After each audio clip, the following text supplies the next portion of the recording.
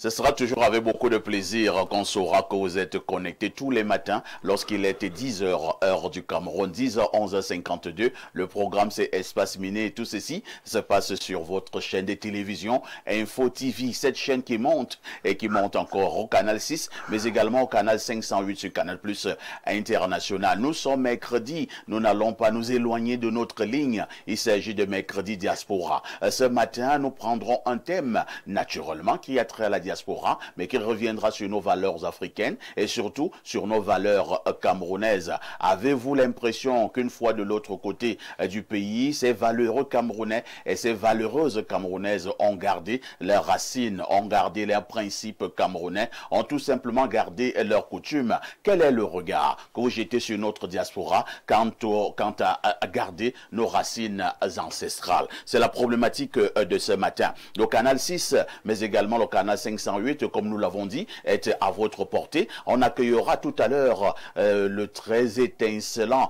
Théophile Vianney-Biya qui remplacera valablement la très étincelante Claudia Ancha qui est un tout petit peu empêchée. On vous livrera également comme d'habitude la dénonciation du jour. Très chers téléspectateurs, merci de continuer à nous faire confiance contre vents et marées. À notre niveau, nous mettons la main sur le cœur et nous disons que nous allons toujours vous servir et toujours vous servir. Et cela passe par cette information que nous vous donnons tous les matins. Mais quelle information? Une information en toute convivialité. Rodrigue Adalbert Evina, bonjour.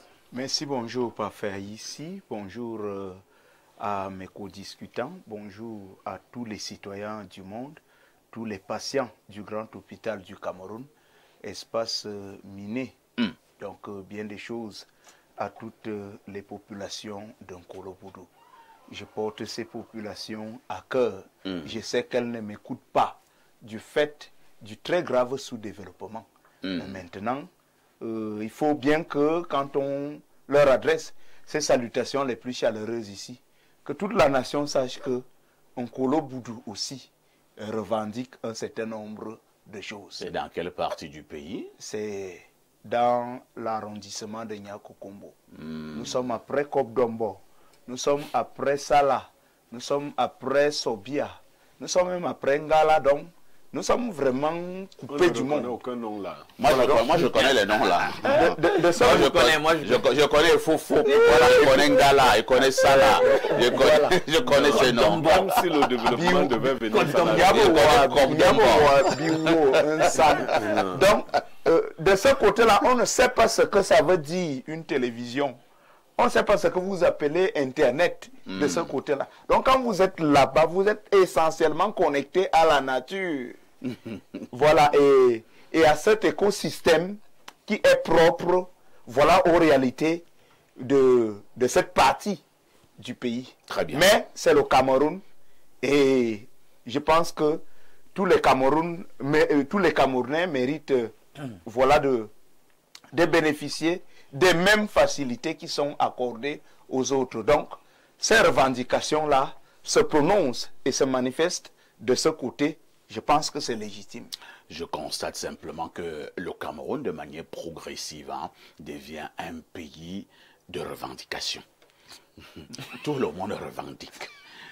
Les Bassa revendiquent. Voilà. Les gens du Nord-Ouest, c'est sûr, revendiquent. Mais que voulez-vous? Les gens du Grand Nord disent qu'ils ont été abandonnés. Voilà. Et ceux même du Sud disent que le fait que Biya soit du Sud, c'est du et que la route ne passe pas. Ils n'ont rien gagné avec une trahison. Ils n'ont rien gagné avec Biya. Voilà. Ceux même du centre disent que vraiment le palais présidentiel met au centre, mais vraiment, c'est comme il n'y a rien. Le centre revendique. L'Est alors dit que c'est là-bas qu'on porte tout le bois, le diamant, l'or, le mercure. Pendant que ils n'ont rien en retour. Ils n'ont rien, ils revendiquent. Mais attendez. Le littoral dit même que malgré la mer et tout ça, le Vouri, il y a même le port autonome de Douala, mais ils n'ont rien reçu. Le littoral revendique. La Damawa revendique. Voilà. L'extrême nord revendique. Le nord revendique. Alors, finalement, qu'est-ce qu'on fait? Heureusement on vend le Cameroun? Non, écoutez, heureusement que vous avez détaillé ces faits comme ça. Et ça montre donc l'imposture de la politique. L'imposture de la politique, c'est-à-dire quoi? Dès qu'un individu est nommé, il organise un meeting, je ne sais pas trop, un grand de remerciement dédié au remerciement. Au lieu de dire je remercie M. Paul Biya à mon nom personnel, il dit le Nyong Infoumou remercie Paul Biya. Bon, est-ce que tous ces Nyong Infoumou gèrent tes avantages? C'est cette implication grossière des populations dans vos affaires qui sont personnelles. Ces populations se soulèvent de partout. Pourquoi? Parce que ce sont des gens qui ont bien constaté que il y a une élite, en fait, il y a un clan qui contrôle profondément et soigneusement toutes les richesses du Cameroun. Très bien. Quand vous arrivez dans un village, on sait à quoi ressemble la résidence d'un ministre qui est en fonction à Yaoundé, ou alors d'un ancien ministre. On sait à quoi ressemble la résidence d'un secrétaire général en fonction ou d'un ancien secrétaire général. Et on sait très bien que tous ces avantages ne profitent pas toujours à toutes les populations. Il y a des villages même où la route s'arrête seulement au niveau de la résidence de l'élite. Même le seul forage du village, c'est chez lui. Alors, pendant que tout le village croupit, voilà, dans la souffrance et dans la misère. C'est pour ça que vous voyez toutes ces revendications. Le peuple dit, le temps est venu pour moi de ressentir les prémices des richesses de la nation. C'est compris, Robert d'Albert Evina. C'est compris, hein? C'était juste un accueil. Mais avec vous, j'ai constaté que le Cameroun est devenu un pays de revendications. Il est comme Bertrand, tu En face de Rodrigue, on accueille le benguiste du plateau. Et lui, c'est Alain Douk. Alain Douk, bonjour. Bien le bonjour, parfait. C'est un plaisir d'être à nouveau sur le plateau d'Espace Minier, le programme tant attendu. Vous également, vous revendiquez? Oh, je suis une revendication. Comme Yabeta. Il est ouvert. Et cela va jouer à la route. Bon, il y a quand même... un semblant de route. Voilà, il y a une route. Il y a les écoles, au milieu du village. Il y a de l'eau potable. Donc du coup, quand les gars se vendent là que, bah écoutez, le village est goudronné, c'est tout simplement parce que, bah, ils sont venus s'installer là quelque part, tout en bordure de la route. Et la route ça fait semblant de rouler là-bas quand même. Mais on peut pas dire que, bon, à part ça, bon, il y a quand même de l'électricité et tout, mais on n'est pas différent des autres Camerounais. Il y a certainement un corpus de revendications pour chacun de nous. Je profite de l'occasion pour faire un salut comme ça appuyé à tous nos téléspectateurs à travers le monde. Je transmets à toi et à Blirio les salutations d'une de vos grandes sœurs bien-aimées qui se sont délaissées ces derniers temps. Elle s'appelle Alice Isaka. DGA, faut pas tuer le messager, hein, faut tuer le message. Elle dit que depuis que le DGA a son poste, il semble négliger sa sœur. Moi, je transmets le message. Et que toi-même pas fait. Voilà, vous la négligez un tout petit peu. Donc, bonjour comme ça à Alice Isaka. Il faut qu'elle nous voie. Ben voilà, le message est passé. Elle regarde l'émission. Il faut qu'elle nous voie. Bonjour à chacun de vous. Rien n'est pour rien. Voilà, et on va passer certainement autour de la problématique de ce jour un très bon moment de télévision. Vous voyez, quand vous allez dans certains snack bars et boîtes de nuit, à peine vous entrez, tu vois, quand toi tu entres, tu as salué le DJ. Avant d'aller vous asseoir, dire « Oh, bienvenue, le président perfecto, le président perfecto. » Le DJ ne fait pas 5 minutes sans prononcer ton nom. En fait, tu as d'abord vu le DJ. Alias Castou est parmi nous ce matin. Il restera le consultant. Lui également, il est dit fils de Boumiebel, descendant de Omiobe. Pierre Blirou-Yamé, bonjour. Bonjour, parfait ici. Merci de m'associer à votre panel ce matin. Alors, vous vous revendiquez quoi? Non, pour ce matin, je ne vais pas revendiquer. Ça va donc dire que c'est bon. D'accord, on passe. Bon. Les bassins, on dit à tout. Voilà, non. J'ai un frère Bassa qui se propose d'être celui qui va sonoriser ma campagne électorale en 2032. Voilà, il fête ses noces de froment. C'est encore loin.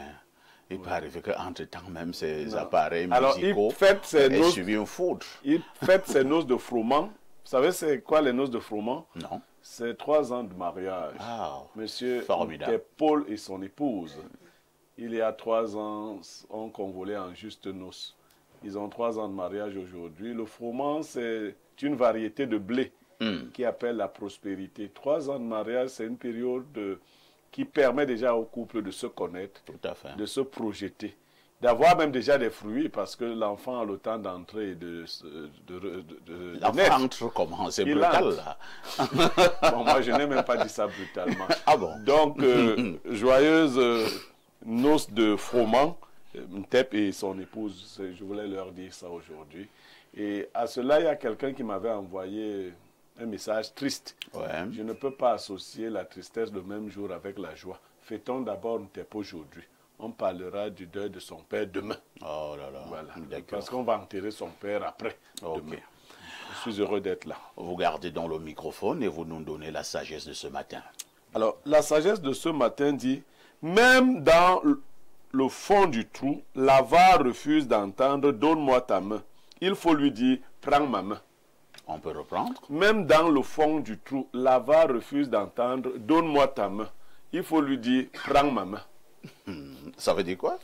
Parfait, je parle avec les images. Effectivement, l'avare ou l'avarice, c'est... À ne pas confondre avec la parole au football. Hein? Non, non, non. Ah, d'accord. Non, ça s'écrit en un mot, AV. C'est la qualité de celui qui ne sait pas donner du tout. Et celui-ci est si pingre que même quand il est en difficulté, que vous voulez l'aider, si vous lui dites, il est au fond du tout, donne ta main, comme le verbe donner sonne mal dans sa tête, il ne va pas donner. Il ne va pas donner. Dites-lui, prends ma main. Prends ma main. Parce qu'il y a des gens qui ont une disposition d'esprit à ne jamais donner, mais à prendre. Parfait. Et c'est terrible, hein? Ils revendiquent quand on ne leur a pas donné. Et je donne cette sagesse pour dire aux parents qu'il faut enseigner à vos enfants à donner. Il faut observer vos enfants. Ceux qui ne savent pas donner, il faut leur dire que donner est un art qu'on apprend. On ne naît pas comme ça. Bon, c'est vrai qu'il y en a qui ont des prédispositions. Tu fais de la lignée. Il y en a aussi qui ont des prédispositions à ne pas donner. Blériot, lorsqu'on était tout petit, j'ai vu ça avec mes parents, j'ai aussi vu ça ailleurs. Le papa ou bien la maman te donnait un bout de pain et te demandait encore, donne-moi. On était vraiment, on avait 1 an, 2 ans, 3 ans. Il te donne le bonbon. Il dit, remets-moi le bonbon. Et quand tu ne veux pas le faire, il insiste et tu remets le bonbon. En fait, moi, je ne comprenais rien. Je veux coller ces témoignages. En fait, c'était un apprentissage. On apprenait aux enfants, dès le bas âge, à donner. Et lorsque l'enfant t'avait remis ce bonbon, tu reprenais encore le même, tu remettais à l'enfant. Mais l'enfant savait que tu peux recevoir quelque chose et tu peux aussi donner. Non, les avares avaient donc créé un adage. Donner et redonner est un défaut. Donc quand on leur a donné, c'est bloqué. Non, c'est bloqué. Non, moi je le fais avec tous mes enfants et cela me permet de les observer. Oui. Il y en a qui sont vraiment radins. Oui. Et ça se voit dès le bas âge. Hein? Et qui, la particularité de l'homme avare, c'est que les choses des autres l'intéressent beaucoup. Hein. Beaucoup. Beaucoup. Mais lui n'aime pas donner. Il n'aime pas soustraire ce Vous allez voir, même lorsqu'il mange à la maison. Notre papa était comme ça. Hein. D'abord, on mangeait ensemble. Moi, je ne sais pas. Nous, c'était la vieille école. On mangeait ensemble. Et parfois, on mangeait dans une grosse assiette. Vous êtes 6 ou 7. Vous ne savez pas qui vous observe. Ils voyaient déjà ceux qui mangent trop vite. Et qui remplissent la cuillère. Et donc, quand tu vois seulement sa massette qui s'abat sur ta tête, bah, on ne mange pas comme ça. Tu manges comme un cochon. Les parents ne le font plus. Vous voyez un enfant qui a 6 jouets. Son cousin vient lui rendre visite. Il bloque les 6 jouets. Comme lui, il est de famille relativement aisée. Sa mère dit au cousin, non, laisse. Ce sont les jouets de Junior. Même le jouet qu'il n'utilise pas. Non, laisse-les. Mais tu vois ce pingre-là, cet individu-là, c'est comme ça qu'il va vivre. Et il ne le fera pas seulement aux autres. Parce que c'est l'autre chose qu'il faut dire. Dites aux parents, quand vous avez formé un avare, il va refuser à tout le monde. Même à vous-même. Vous refuser.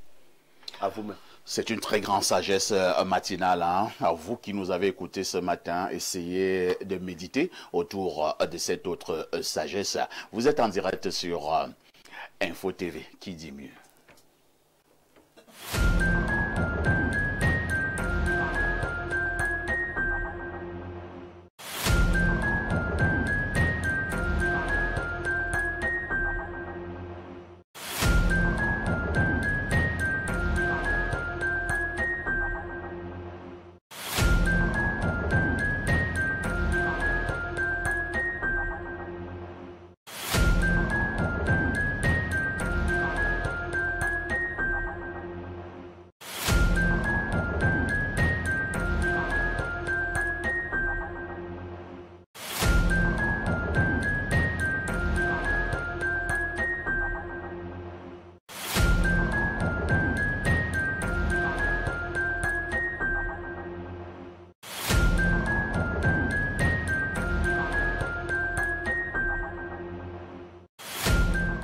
Théophile Vianney-Bia, bonjour.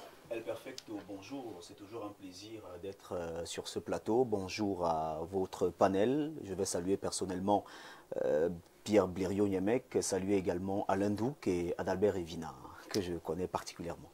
Vous êtes habillés là comme les élèves des écoles anglo-saxonnes. Oui, vous savez que quand vous êtes un élève, vous vous habillez comme les élèves de temps en temps. Non, tu n'es pas habillé comme... tu n'es pas un élève. Parce que le tissu là... Non, Théophile, c'est vrai que les couleurs... Parce que la montre là... Oh là. De toutes les façons... Théophile est à la bonne école. Hein. Tu vois, ça, en fait, il ne peut pas nous faire ça. Voilà, c'est une star. La montre là. La griffe là, la griffe au niveau On va faire encore ça. Hein, oui. Là où Théophile poursuit ses études actuellement, il est une méga star. Vous savez, dans des écoles, bon, quand vous arrivez dans une école, il y en a qu'on dépose en voiture le matin. Ouais. Il y en a qui viennent à pied, il y en a qui viennent à moto. Vous n'êtes pas pareil. Mais vous êtes des élèves. Mais la malchance que les étudiants comme toi ont souvent, c'est que quand ils rencontrent des enseignants complexés, ça ne joue pas toujours en leur faveur. Hein. Mais il y a des étudiants, des enseignants qui sont une véritable grandeur d'esprit et ça ne leur dit rien. Mais si tu rencontres un petit complexé, si tu fais simple, tu poses seulement un petit acte, il va dire, comme tu dis que... Non, après, oui, non, ce n'est pas les enseignants complexés. Le problème des stars comme Théophile Vianney, c'est que si tu trouves un professeur qui s'intéresse aux étudiants et que les étudiants tournent autour de toi, c'est dangereux pour toi. Ouais. C'est donc ça qui va te tuer. Parce qu'il va falloir qu'il te dénigre. Oui. Pour que et son arme, donc, c'est son savoir. Il va donc chercher. Oh, ça ne dit rien aux filles. Hein. Même si on te dénigre, elles seront là. Et si en plus tu as le Wessier, ne t'inquiète pas, ça Merci va pour cet accueil ce matin. De toutes les façons, Théophile Vianney-Bia, TVB, est revenu nous saluer d'une manière particulière ce matin. Et nous lui demandons ce que disent les journaux. Les journaux qui sont disponibles en kiosque El Perfecto présentent pas mal d'actualités. La plus grosse actualité ici ce matin, c'est bien sûr la politique et la présidentielle 2025. Nous ouvrons donc cette revue de presse avec la météo, le tri-hebdomadaire d'information, d'enquête, d'analyse et de reportage de Dieu de Nenvan qui titre en une. Présidentielle 2025, le soutien indéfectible et massif du centre à Paul Biya. C'est l'engagement pris ce 8 juillet à Yaoundé par les membres du gouvernement et parlementaires RDPC de la région pour la victoire du président national du parti au pouvoir. C'était bien sûr au terme des concertations organisées par le comité stratégique de campagne présidé par le Mineta SGPR Ferdinand Gongo. L'objectif ici est d'assurer les militants pour la candidature de l'homme du 6 novembre et transmettre. C'est en page 3 que ce journal revient donc sur cette actualité ce matin. Cameroun Tribune, le quotidien bilingue gouvernemental, parle également de ces concertations et nous faisons savoir que parlons du soutien à Paul Biya, le centre et le littoral sont pleinement mobilisés. On revient donc sur cette actualité en page 5 et en une, on s'intéresse aux états-majors des partis politiques. En attendant la convocation du corps électoral, la veillée d'armes. À quelques jours du top départ, les partis politiques, notamment ceux légalement à même de présenter un candidat à l'élection présidentielle d'octobre, sont plus que jamais en alerte. Revue des états-majors, c'est-à-dire de la page 11 à la page 15. Info Matin fait une incursion à l'état-major du Rassemblement démocratique du peuple camerounais RDPC par le présidentiel 2025, le Mfundi en ordre de bataille pour Paul Biya. Assurance à nouveau et davantage donnée ce 8 juillet à Yaoundé, siège des institutions par le chef de la délégation permanente départementale du comité central du RDPC, professeur Laurent Serge Tunzingoa, à la faveur d'une séance de travail autour du secrétaire général du comité central, Jean Kueté. Même son de cloche pour l'action. Le journal de Jean Kueté qui titre en une présidentielle 2025, Jean Kueté évalue le niveau de préparation dans le Mfundi. C'était au cours d'une séance de travail que le secrétaire général du comité central a présidé hier 8 juillet 2025 à Yaoundé. Professeur Jacques Famendongo s'exprime en page 6 de ce journal. La candidature du président Paul Biya est sans équivoque. À lire l'interview que le ministre d'État, secrétaire à la communication du comité central du RDPC, a accordé à Radio France Internationale le 7 juillet 2025. C'est ce matin que le journal L'Action revient sur cette information. information en page 6. Mutation reste également dans cette communication de Jacques Famandongo. Le journal de Georges Alain Boyomo présente l'actualité en une. Candidature de Paul Biya. Famandongo boude le 50-50 pour le secrétaire national à la communication du parti au pouvoir. Il n'y a plus le moindre doute. Paul Biya est le candidat à la présidentielle 2025 pour le RDPC. On en parle donc en page 7 du journal Mutation de Georges Alain Boyomo. Le jour, en petite une, s'intéresse également à la candidature de Paul Biya. Famandongo s'exprime. Il n'y a aucune cacophonie. C'est à retrouver en page 3 du journal d'Aman Mana. Nord-Ouest et Sud-Ouest, les petits pas de la relance économique sont présentés en page 6. Le messager n'a pas loupé la réaction de Jacques Famandongo en page 3. Biya est candidat, précise le journal de Fepius Njawe. Ce journal que gère Jean-François Chanon parle également de la Masso Acte 5, effervescence et apothéose, s'exclame ce journal en une, et les détails sont à retrouver de la page 5 à la page 8. La nouvelle expression s'intéresse également à la présidentielle de 2025. La répression des voix dissidentes relancée. La sortie musclée de Paul Atanganji, ministre de l'administration territoriale, contre Aboubakar Ousmane Mey n'est pas anodine. Elle est le signe évident d'un durcissement progressif du régime à l'approche de l'élection présidentielle de 2025. Nous le dit donc en page 9, le journal La Nouvelle Expression. Les du Sahel restent en politique et parle de Yerima Dewa qui lâche Issa Chiroma Bakari. C'est à retrouver en page 7 de ce journal. La riposte qui nous permet de refermer cette revue de presse s'intéresse à la sécurité aérienne. Ngalebi Beye place le cap sur la rigueur. Améliorer l'expérience passager et sécuriser les aéroports, harmoniser les procédures, digitaliser les flux. La première session 2025 du Comité national de sûreté de l'aviation civile, présidé par le ministre des Transports Jean-Ernest Massena Ngalebi, a donné le ton. Retour donc sur cette rencontre qui s'est tenue du côté de Simalène hier, 8 juillet 2025. C'est avec la riposte de Maxime Nyamben. Mesdames, Messieurs, c'est avec ce journal que nous refermons cette revue de presse Acte 2 sur Info TV ce mercredi. Avec 400 francs facilement, vous avez votre journal disponible en kiosque. Il s'agit donc tout simplement de 2 pièces de 200, 4 pièces de 100 francs, 8 pièces de 50, 16 pièces de 25, 40 pièces de 10 francs, 80 pièces de 5 francs, 400 pièces d'un franc facilement collectées et vous avez votre journal, moins que le prix d'une bière d'ailleurs. Et si vous avez un billet, rendez-vous tout simplement auprès de votre distributeur de journaux, il vous remettra votre journal et votre reliquat. Mais si vous êtes comme Pierre Bléreux-Niamec, vous pouvez demander de garder la monnaie. Merci.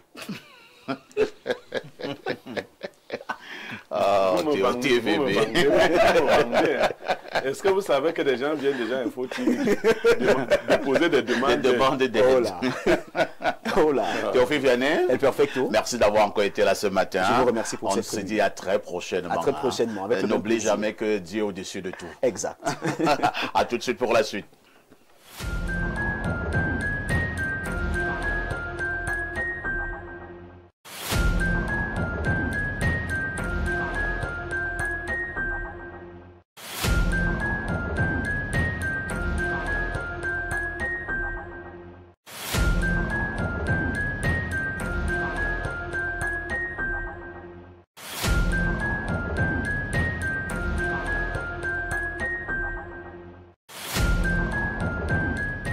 Nous repassons la parole à Pierre Blériot pour la dénonciation de ce mercredi matin. Alors, parfois ici, c'est une histoire rocambolesque que nous dénonçons ce matin. Et dans une famille, un frère a utilisé le nom de son frère pour avoir un emploi. Oh là là. Ouais. Mais ce n'est pas ce que nous dénonçons. C'est une mauvaise pratique. Les deux étaient diplômés, mais le grand frère a pris le nom du petit frère qu'il a utilisé. Sauf que parallèlement, le petit frère utilisait le même nom. Mais lui n'avait pas d'emploi. Il utilisait parallèlement le même nom que celui qui utilisait son petit frère. Le petit frère a travaillé. Il a pris la retraite par faillite. C'est là que commence la dénonciation. C'est quand il a pris la retraite que son grand frère, c'est le grand frère qui utilisait le faux nom. Quand il a pris la retraite, le petit frère lui a dit, bon, j'ai été patient. Tu as utilisé mon nom toute ta carrière durant. Tu ne m'as pas donné grand-chose. Maintenant, je crois que pour la retraite, là, c'est moi qui vais utiliser ce nom. Incroyable. Soit on perd tous les deux, soit c'est moi qui vais utiliser le nom. Incroyable. Parfait ici, les images, bien évidemment, sont celles du grand frère qui a souvent utilisé le nom du petit, mais il a des difficultés à constituer actuellement le dossier de retraite. Il a travaillé dans une boîte privée. Donc le petit frère lui fait du chantage, il lui dit, bon, ben, tu as utilisé mon nom, tu ne m'as pas suffisamment aidé. Au niveau de la pension retraite, là, on va revoir ça. Ça veut donc dire que s'il a utilisé le nom du petit frère, c'est parce qu'il a voulu utiliser ses diplômes. Non, les deux étaient diplômés. Mais pourquoi il utilisait le nom de son petit frère? Il avait un problème. Il voulait baisser l'âge. Il n'a pas voulu changer son âge. Il a utilisé les diplômes. Lui-même, il avait déjà les diplômes. Mais cela signifie donc également qu'en utilisant le nom de son petit frère, il était obligé d'utiliser aussi ses diplômes. Oui, mais la précision même, c'est que les diplômes ne valaient pas grand-chose dans ce qu'il faisait. C'était quoi un CEP? Bon, lui, c'était un cap qu'on utilisait. Mais dans l'entreprise, il a atteint des niveaux importants. Mais si c'était simplement pour baisser l'âge, pourquoi il ne pouvait pas aller... En allant baisser l'âge, il perdait ses diplômes à lui. Ah ouais. Vous comprenez? Je vois. En baissant son âge... Il a donc utilisé le nom de son petit frère avec les diplômes de son petit frère. Oui. Voilà pourquoi son petit frère le tient. Oui, il le tient. Il le tient. Je ne sais pas pourquoi vous précisez le tien. Mais il le tient. La preuve est qu'il est incapable de constituer son dossier de pension retraite. Oui, il y a des difficultés. Rodrigue Adalbert-Rivina, je vous passe la parole pour votre commentaire. Je pense qu'il existe un deal entre les deux depuis le départ. N'allez surtout pas penser que c'est lui le petit frère, qui a laissé que son nom soit utilisé tout au long de la carrière du grand frère, allait le faire comme ça. Et en écoutant Blériot, le petit frère se plaint de ce que pendant la carrière de son grand là, et qui a eu une bonne carrière, rien donné d'intéressant. Mais son grand estime aussi que lui-même travaillait aussi. Même s'il travaillait. Le problème n'est même plus là-bas. Est-ce que le gars lui-même, dans leur conflit là, il reconnaît que lui-même il travaille? Il dit qu'en fait, tu fais usage de mon nom depuis que tu travailles. Tu m'as même donné quoi? Donc moi je pense que le grand frère devrait conduire le deal jusqu'à son terme. Qu'il négocie cette étape. On a fini avec la première étape. Bien sûr, qu'il négocie cette étape de sa vie professionnelle. Parce qu'on est en train de parler de constitution du dossier. Tout à fait. Qu'ils lui disent que, bon, je ne sais pas quel est le coût, quel est le montant dont il peut bénéficier en guise de pension retraite. Je ne sais pas s'il s'agit des millions.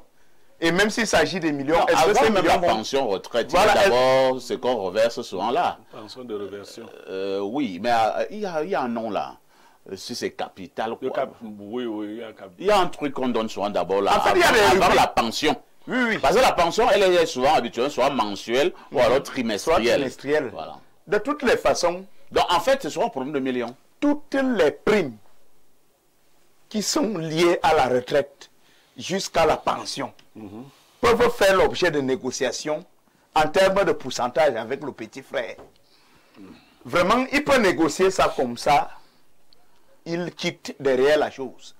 Nous sommes bêtis chez nous, nous disons que non, le frère de quelqu'un, c'est le sang de la langue. C'est que tu peux cracher une partie du sang, mais avaler une autre partie. Mais sauf que là, nous ne sommes pas vraiment essentiellement dans ce sentiment de fraternité qui doivent écarter ce type d'intérêt, la revendication ou alors la manifestation de ce type d'intérêt. Mais là, ce sont les vibrations du capitalisme absolu qui passent. Parce qu'en fait, ton frère est ton frère. Il a utilisé ton nom. Nous sommes des Bantous. Tu ne peux quand même pas le crucifier pour ça. Mais là où il est placé là, il ne badine pas. Non, il n'a pas l'air. Voilà, il n'a pas l'air de s'amuser. Donc je crois qu'ils peuvent, comme deux adultes, encore s'asseoir pour renégocier cette affaire-là. Parce que là où nous sommes là, je ne sais pas, est-ce que le type va aller se plaindre? Lui, il est déjà dans le faux depuis le départ. Il utilise le nom de quelqu'un. Donc c'est un faussaire absolu. Il va aller se plaindre où? Il va aller se plaindre de chantage dans quel commissariat, dans quel tribunal. Donc il n'a qu'à négocier, c'est tout, parce qu'il a été faux dès le départ. toute sa carrière, il a été faux. On sait que le nom qu'il porte est son nom. Il ne peut plus se plaindre aujourd'hui que son petit frère lui fait du chantage, malheureusement. Alain, donc, lorsqu'on a été faux dès le départ, est-ce qu'il n'est pas indiqué que nous finissions dans le faux? Qu'est-ce que nous voulons dire? Il a certainement d'abord eu un premier deal avec son petit frère. Son petit frère revient à la charge. On comprend très aisément que le petit frère exige déjà un nouveau deal.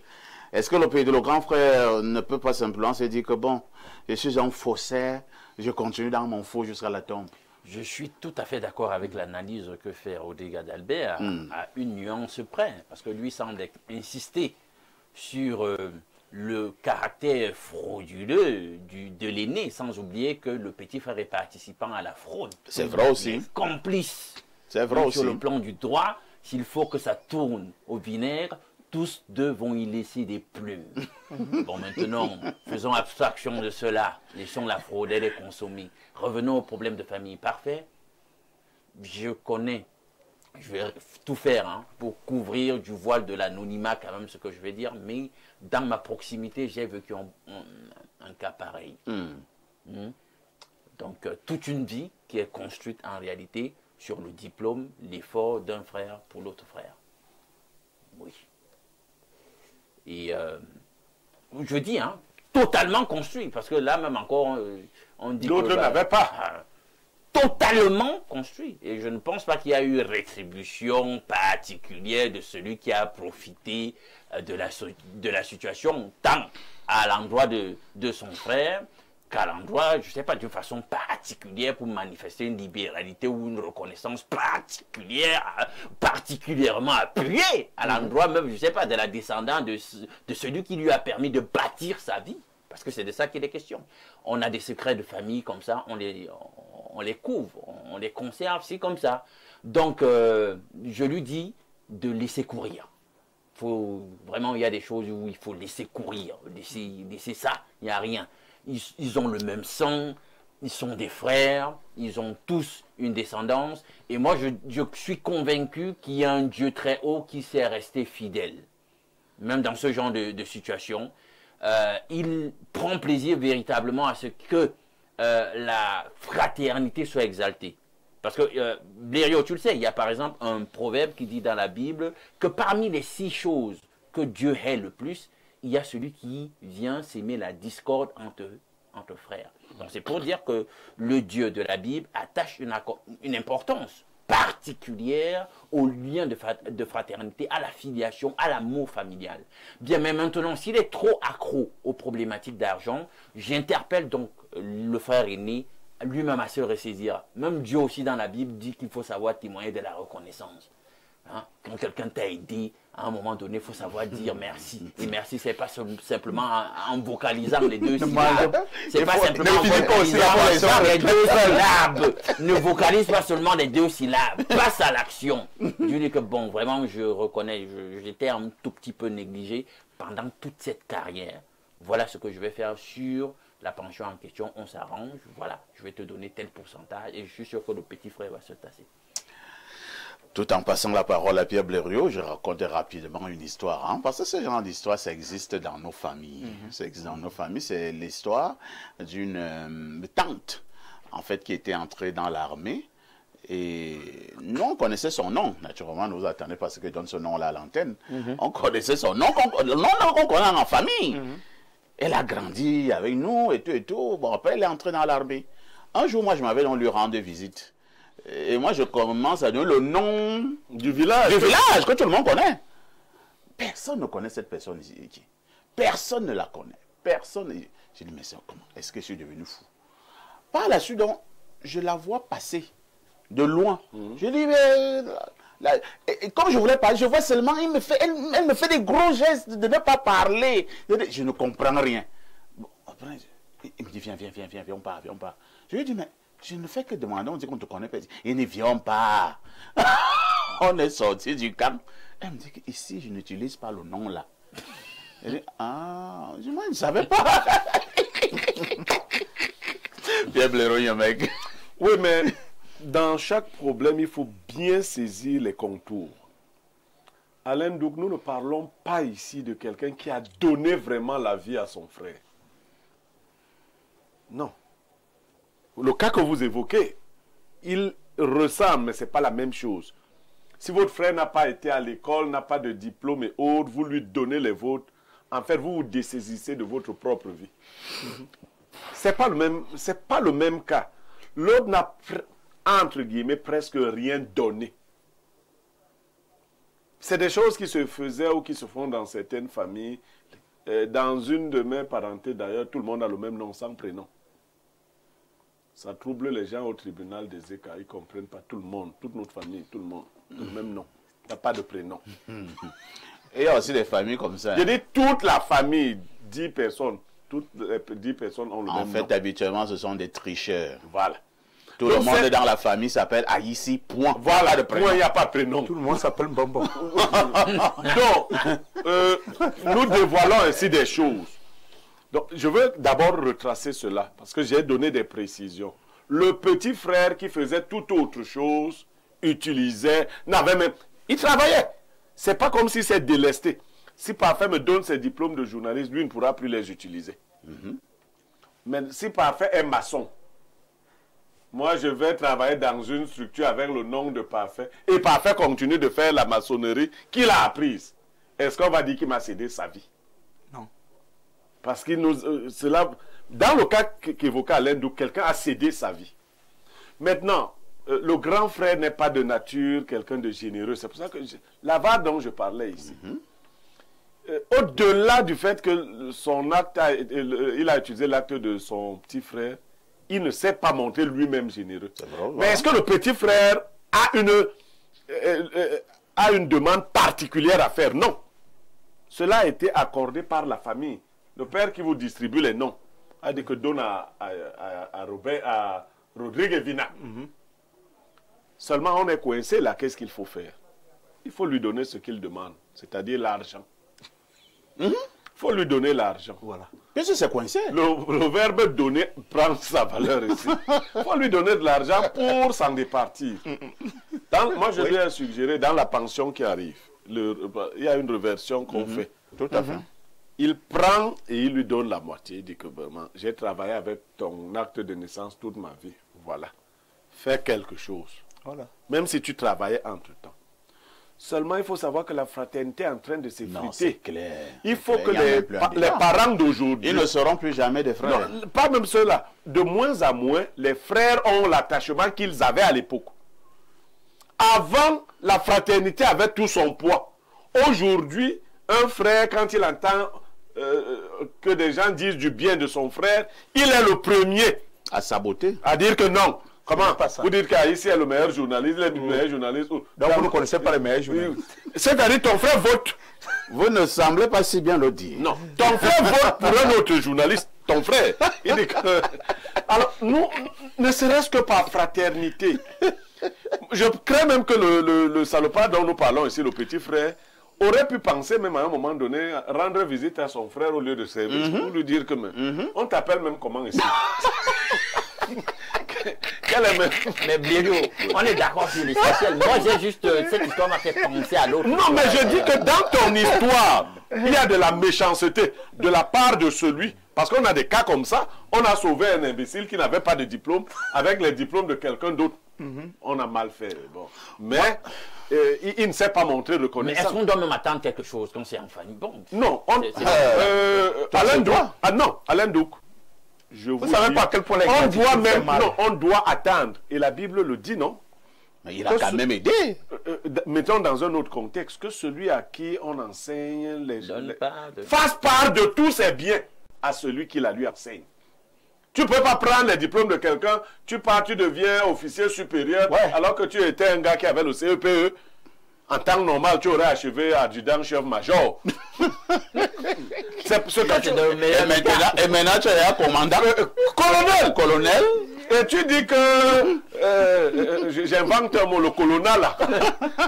Ça ne concerne pas l'autre, non. Il faut que les gens apprennent à être reconnaissant? En fait, dans nos familles, ce n'est pas toujours évident. Hein. Si j'insiste, nous avons plusieurs histoires comme ça en famille. Et il y a même également d'autres cas où peut-être un frère en famille, lui, il était brillant.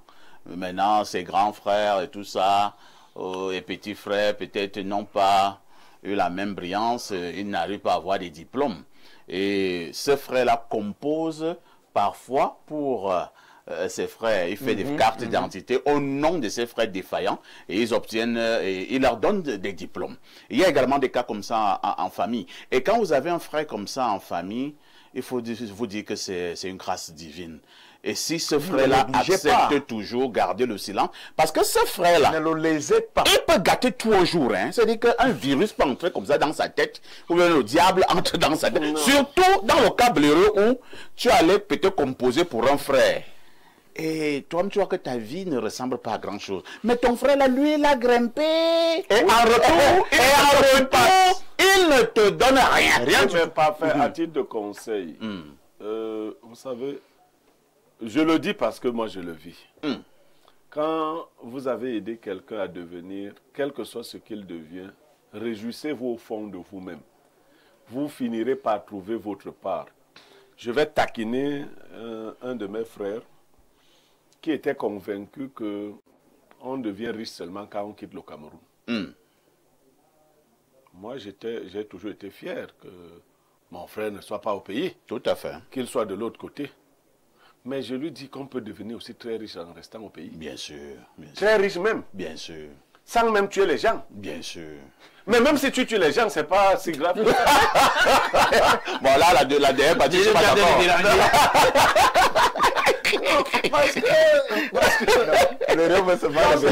Non, vous savez, toute prospérité est déjà suspectée dans notre pays. Quand ta vie ne donne pas, tes propres parents disent qu'ils ne savent pas ce qui t'arrive.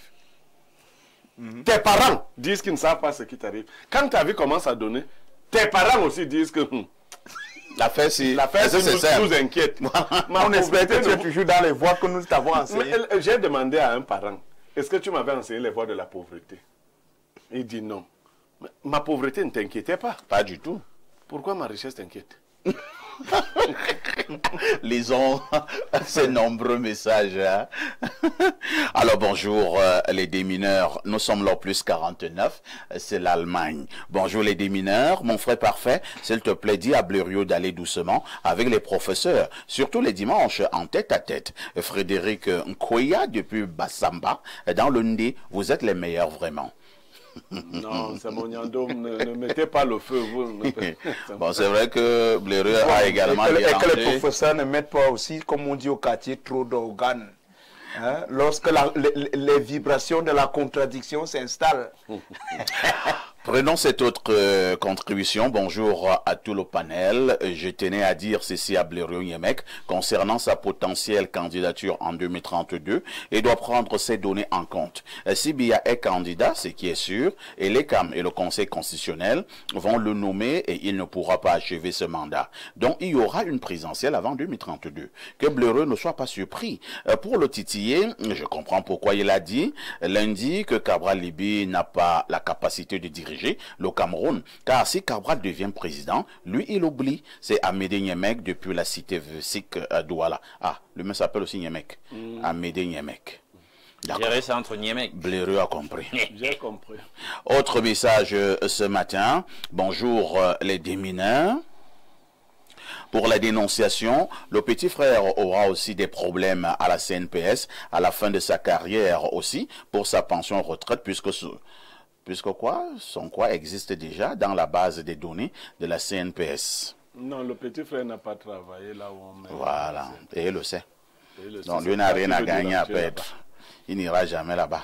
Bonjour à vous sur le plateau, particulièrement à mon benguiste préféré, Alain Douk, s'il vous plaît. Monsieur Aïssi, lisez mon message aujourd'hui. Nous avons démarré l'émission avec des revendications et moi aussi, je revendique la ravissante Viviane. Merci beaucoup. Hein. Alors, il continue en disant... encore, je parle du 212 et il ne va pas vous rater. Monsieur Bléreux, rendez-vous à Auvent pour ce dimanche pour la Supercoupe du 24 de Dieu. Voici la sagesse du jour. Les enfants courent, mais les vieux attrapent. La suite au prochain numéro, c'est Francis depuis Oja. Merci. Autre message ce matin. Bonjour cher parfait, ici le nom qui de la modération. Bonjour à Blériot et tout le panel. Par rapport à la dénonciation, le mensonge n'a simplement pas de longue jambe. Le grand frère doit seulement assumer et négocier avec son petit frère. Les deux sont dans le faux et tous sont des prisonniers. Ne dit-on pas que le linge sale se lave en famille? Ils peuvent s'entendre 50-50. Le vrai 50, pas celui du grand parti. C'est aussi entre des frères. Bonne journée, c'est Zambo Aïfolan. Bonjour, le Jésus de la modération. Ok. Wonderful. Vraiment, je suis très content du travail que vous abattez pour nous au niveau d'Info TV. Cependant, je me réjouis entièrement du malheur de Judas Iscariote, alias Jambicide en X. Je ne sais pas de quoi vous parlez, hein. Le championnat n'a pas eu lieu à Isse cette année par sa faute. Et comme la nature ne pardonne pas, lui-même est actuellement au chômage. Donc ça fait mal. Nul, et j'espère qu'il ne mettra pas ses jambes ici pour discuter les tiges de cacao, car la saison s'annonce bonne. Je ne sais pas de quoi vous parlez. Il n'est même pas avec nous. Donc l'émission, lui n'est même pas dans un seul sujet de l'émission. Je ne sais pas de quoi vous parlez. Il s'agit des événements. Iscariote, il s'agit des événements celui qui croit régler les comptes. Cette façon de faire montre que vous avez de l'animosité inutilement. Bonjour à vous sur le plateau. Moi, mes frères ont eu à faire la même chose. Le petit a pris le nom du grand frère et son diplôme pour faire un concours parce que lui, il n'avait pas de diplôme. Au jour d'aujourd'hui, il est déjà bien gradé avec le diplôme et le nom de notre aîné. Notre aîné, quant à lui, était obligé de changer de nom finalement. Mais ce qui est triste est que le petit frère n'est même pas reconnaissant. Il est méchant et d'une chicheté maman. Et bonne journée à vous les mineurs. Bon, il dit les mineurs, ce sont les démineurs.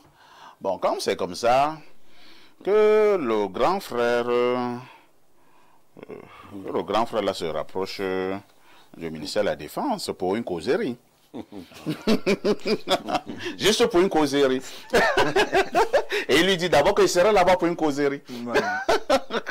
Le type de ministère que vous indiquez là. Mais puisque tu dis qu'il est dans l'armée, il dit simplement à son petit frère que bon, il va faire un tour là-bas au MINDEF. Hein. Je voudrais causer avec le MINDEF. Tu vas voir comment le petit là va paniquer. Mes fraternelles civilités à tous nos panels et un bonjour particulier à Alain Douk qui de jour en jour ne cesse de mûrir ses analyses surtout sur le plan objectif. J'aimerais également profiter de l'occasion pour dire à tous les Camerounais qui ne sont pas encore enregistrés de le faire très rapidement dans les brefs délais pour qu'en octobre le peuple mette le 3 des Cora, voire même le double Cora blindé au cartel BIA. On ne dira pas ça, hein, vraiment. Là, nous ne sommes pas là pour faire la campagne. La campagne n'a pas encore débuté. Alors, 241, c'est le Gabon. Bonjour les hommes debout de tous les jours. La pension reviendra aux diplômés, au diplôme, soit quoi, utilisé pas aux travailleurs. En famille, on peut la diviser en deux, mais... C'est Joël Patricia qui envoie cette préoccupation.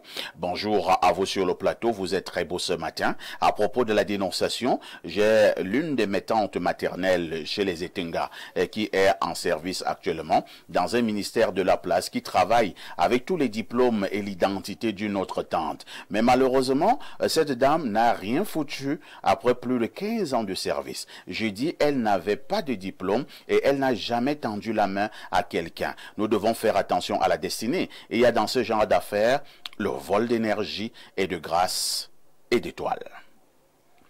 Oui, ça par contre, c'est vrai. Qui vole donc les étoiles de l'autre? Celui à qui vous donnez votre nom et votre diplôme. Ah bon? Oui, il peut emporter il n'y a pas que le nom et le diplôme. Il peut emporter vos grâces. Ça par contre. Et les parents font... Non, c'est très sérieux. Oui, oui. Moi, j'ai eu cette situation aussi en famille. Vous avez donné votre diplôme à un frère? Non, mon grand-père a commis l'erreur. grand-père, le grand Niemek, de céder l'acte de naissance de son fils à son neveu. Son neveu a pris toutes les grâces et son propre fils est devenu Zengzeng. Je vous donnerai les détails. Allons au plus 33. Il s'agit là de la France. Salvé, perfecto et honorable panel. L'utilisation de l'identité d'une personne pour travailler au Cameroun peut soulever des questions juridiques. Bon, il dit des questionnaires juridiques en latin complexe. Vraiment, pourquoi ne pas écrire simplement? Vous voulez seulement déranger. Selon les... Bon, toi tu continues à écrire comme ça, il va sauter ton message, hein? Parce que là, tu n'es pas sûr comment j'ai fait latin. Et voilà, selon les Principia Generalia Juriorus, l'utilisation, et je saute. On prend un autre message. Bonjour, parfait. Bonjour, perfecto. Dit à Niemek, être adjudant-chef-major ne veut pas dire qu'on a seulement le CP. C'est pas très de dire. Les gens ont été commandants avec le CP. Non, mais pourquoi les gens font du mélange? Moi, je ne m'attaquais pas aux adjudants-chefs-majors. Je disais... Je voulais les gens aiment trop ça. Non, je voulais indiquer là, le grade auquel vous allez culminer. Si vous voulez, non, j'ai rien contre les adjudants. Repartons plus 33. Ils ont même beaucoup d'argent d'ailleurs. Repartons plus 33, c'est la France. Bonjour le sac de modérateur, le Adja Awa de la modération. Non, c'est pas bon. Elle est violente. La femme qui a les voix d'1h30. Et elle a les croix de tout le monde. Oui, oui, elle a vu tout le monde jusqu'à, je ne sais pas où. Et à Blériot, le Serge Tamba de la dénonciation. Non, non, plus jamais ce genre. Sinon, je quitte le plateau. C'est quelle provocation, ça? Mince, Alain Douk, tu es chaud aujourd'hui, hein, avec les lunettes de la gloire au millième. J'ai dit, hein, tu veux faire fermer Info TV, en tout cas. Mon avis sur la question est le suivant. Le petit frère a raison et le grand frère aurait dû faire des mains levées pendant qu'il était en activité et continuer dans la même lancée à la retraite. Tout ce qu'il peut conseiller au grand frère, c'est la négociation, même si c'est du 40, 60, et qu'il prenne les 40, là, il a quand même sacrifié la vie de son petit frère. Je veux passer un bonjour à mon ami Jean-Philippe Mougnol à ici. À ici les Moulinex. C'est James depuis Lyon hein, qui envoie ce message.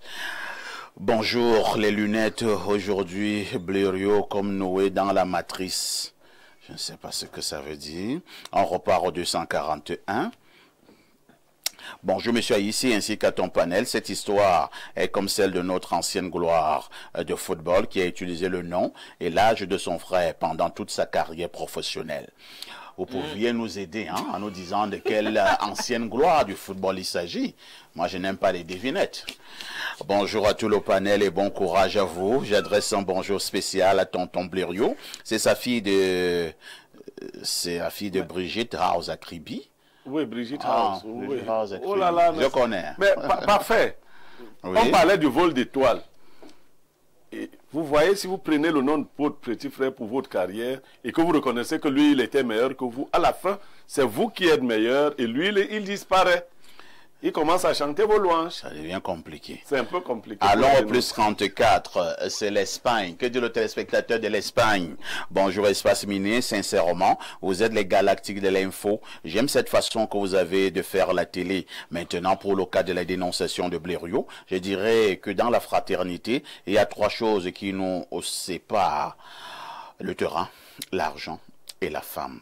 Donc, mieux ne pas mélanger ces choses. C'est Fred depuis Madrid qui envoie ce message. Ah, sur Espace Miné, le monde entier est connecté. Hein. Repartons au plus 33, c'est la France. Bonjour, parfait ici. N'oubliez surtout pas de condamner tous ces faits que vous décrivez sur le plateau. C'est de la tricherie qui n'est surtout pas à encourager. Il faut plutôt la décrier. C'est Abel Samari. On l'a fait. Je pense qu'on l'a fait. Hein. Blériot l'a même fait en commençant à parler. On l'a fait. On ne va pas encourager ça. Vous savez que sur ce plateau, nous condamnons tous les faussaires. Nous condamnons les tricheurs. Donc, c'est de ça qu'il s'agit. Allons Prenons un dernier message. Alors, que dit celui-ci? Bonjour, le grand modérateur. Je suis dérangé ce matin et je souhaiterais que vous posiez ce problème sur la table. Pourquoi certains journalistes ont le mal de Samuel Eto'o? Eto'o a détourné l'argent de la FECAFOOT. Pourquoi ils ne parlent pas des problèmes de route où des ministres ont détourné pendant des années? Comme un grand journaliste, Et dans le nom de ce grand journaliste, et comment il peut dire qu'on s'en fout de ces milliards? Je suis vraiment découragé. Mais sois découragé, pas aussi ouvrir ta chaîne, tu dis qu'on ne s'en fout pas de ces milliards. Non, là, vous répondez comme les gens du RDPC.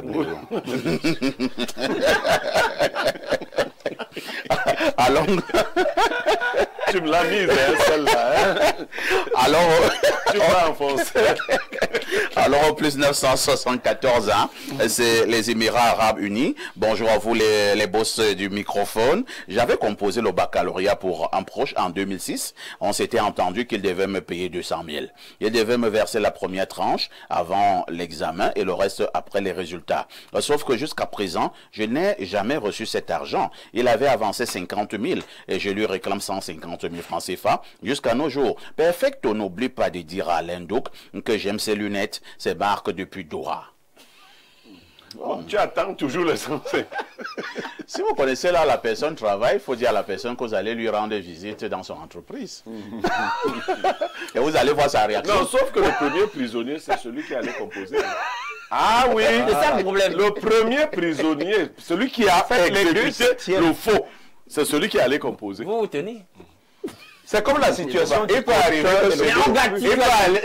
que celui qui allait composer, lui, n'a rien gagné. Voilà. Il n'a rien à gagner à perdre. Parce que celui qui a même en prison, ça ne change rien. Mais toi, tu es un grand directeur dans une entreprise. On va voir, nous tous nous allons en prison. On voit qui va beaucoup perdre.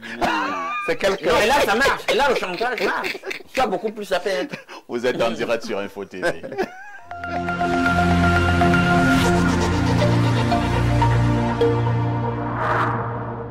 Formation de 2000 jeunes tchadiens en intelligence artificielle. Un pas décisif vers la vision du maréchal Mahamad Idriss Déby Itno du Tchad. Dans le cadre de la politique ambitieuse du président de la République du Tchad visant à faire du numérique un levier de développement, 2000 jeunes tchadiens de 15 à 35 ans, sans distinction de niveau scolaire, vont entamer une formation en intelligence artificielle. C'est une formation de 10 jours qui commence le 4 août 2025. Un total de 40 experts en intelligence artificielle sera mobilisé. Des certificats de participation et de compétences seront délivrés par la chaire UNESCO d'Afrique centrale, Access TIC. En dotant la jeunesse de compétences de pointe, le Tchad s'engage résolument dans l'ère numérique, ouvre la voie à l'innovation locale et prépare une nouvelle génération d'acteurs du développement durable. Inscrivez-vous dès maintenant dans les 3 sites suivants: www.unescoshare-tic.org,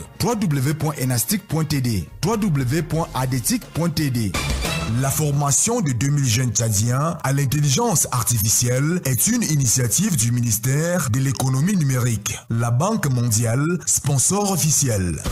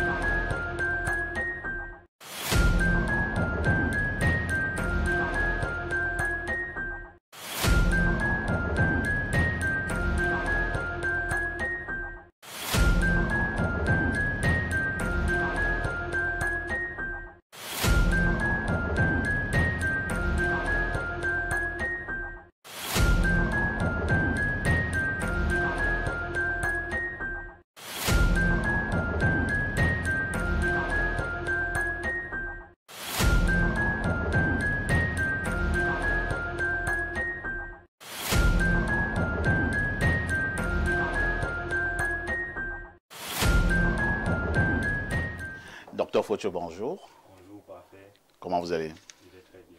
Avec vous ce matin, nous allons parler d'une autre forme de maladie. Pourquoi certaines personnes n'arrivent toujours pas à faire des enfants, malgré une opération réussie de la varicocèle? Oui, il y a des hommes qui n'arrivent pas à faire des enfants. Ils font un spermogramme et on se rend compte qu'ils ont une oligo-asténospermie et autres. Et avec des analyses poussées, on se rend compte que cela vient d'une varicocèle. Ils se font opérer avec l'espoir qu'après l'opération, tout va retourner dans l'ordre. Mais quelques mois après l'opération, toujours pas d'enfant, ils refont le spermogramme et rien n'a changé. Pourquoi donc?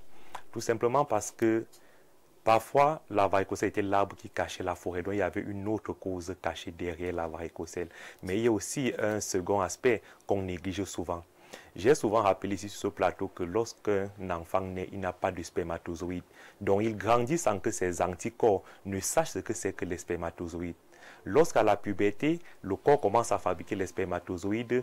Les anticorps sont tentés de les voir comme des microbes qu'il faut neutraliser. Pour éviter cela, il y a une barrière qui se constitue au niveau des testicules pour protéger les spermatozoïdes, n'est-ce pas, des attaques des anticorps, notamment des immunoglobulines. Il peut arriver donc parfois que cette barrière soit brisée. Et cette barrière peut être brisée soit par des infections qui n'ont pas été soignées depuis longtemps, soit également par une varicocèle. Donc la présence de varicocèle peut donc briser la barrière qui protégeait les spermatozoïdes des attaques des immunoglobulines. Et lorsque tel est le cas, la personne va avoir tous les problèmes de fertilité qu'on a dit. Et ce sera compliqué. Alors, à votre niveau, est-ce que vous apportez des solutions à ce genre de maux? Oui, justement. Lorsque ce sont les bactéries, par exemple, qui attaquent les spermatozoïdes avec des antibiotiques, on les neutralise. Mais lorsque ce sont vos propres anticorps qui attaquent vos spermatozoïdes, est-ce que vous allez détruire vos anticorps? Non.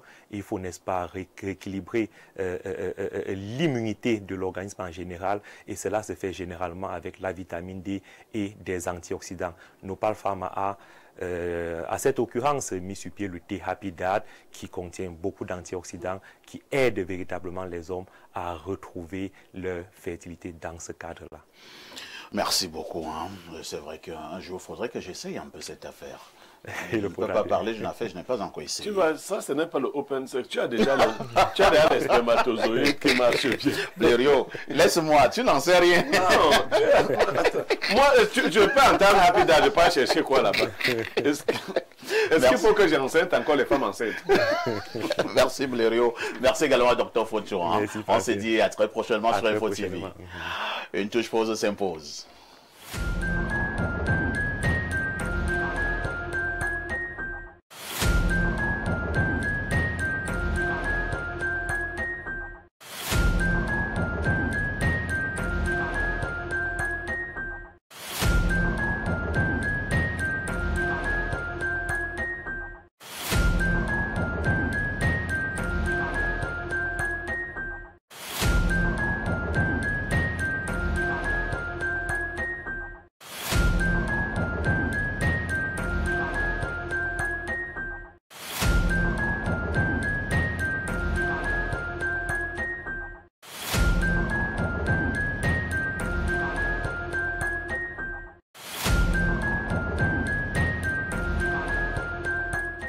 Si vous nous rejoignez à l'instant, vous êtes en direct sur Info TV dans le cadre de son programme Espace Miné, 10h, 11h52. Il s'agit de mercredi qui est consacré aux Camerounais de la diaspora. Ce matin, nous nous posons la question de savoir si ces Camerounais et Camerounaises partis de l'autre côté des frontières réussissent encore à garder nos valeurs ancestrales, nos valeurs traditionnelles, nos us et coutumes, mais par moments même également nos principes au niveau du pays. Je commence par Rodrigue. Rodrigue, on a fait un constat, on peut se tromper.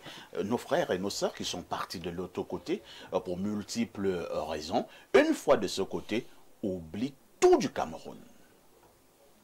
Mais parfait ici, bon, c'est aussi parce que c'est mercredi, on parle de la diaspora.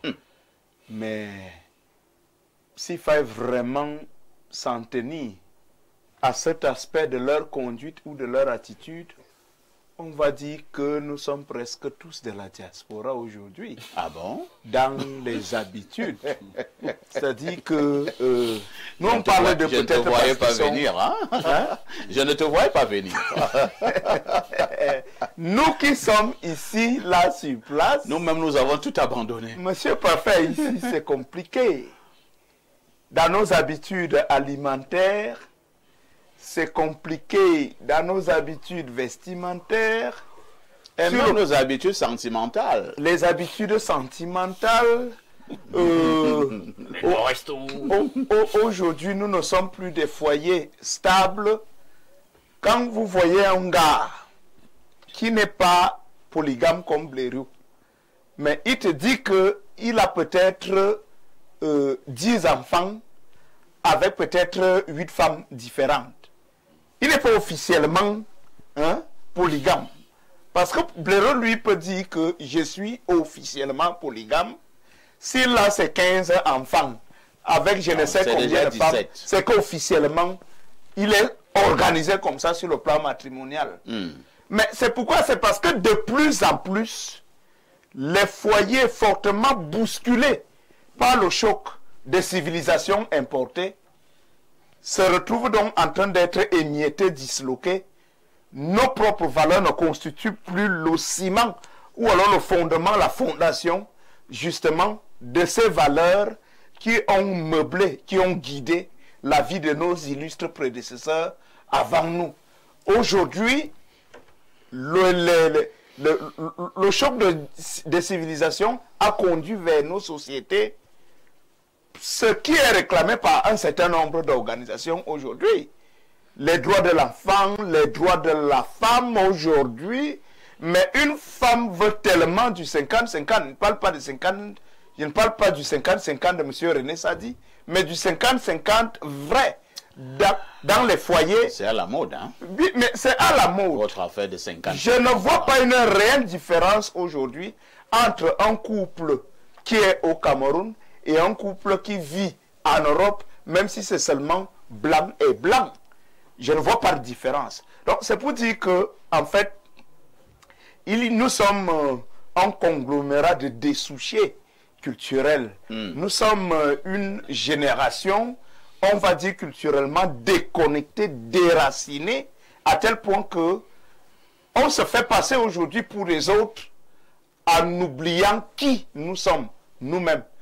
Au niveau même local, je vais vous dire que rares sont les portions sociologiques qui ont gardé un certain nombre de traditions. Aller même jusqu'aux chefferies traditionnelles. La chefferie traditionnelle dans le centre n'est pas ce qu'elle est à l'est ou au nord Cameroun. Vous verrez comment les comportements changent.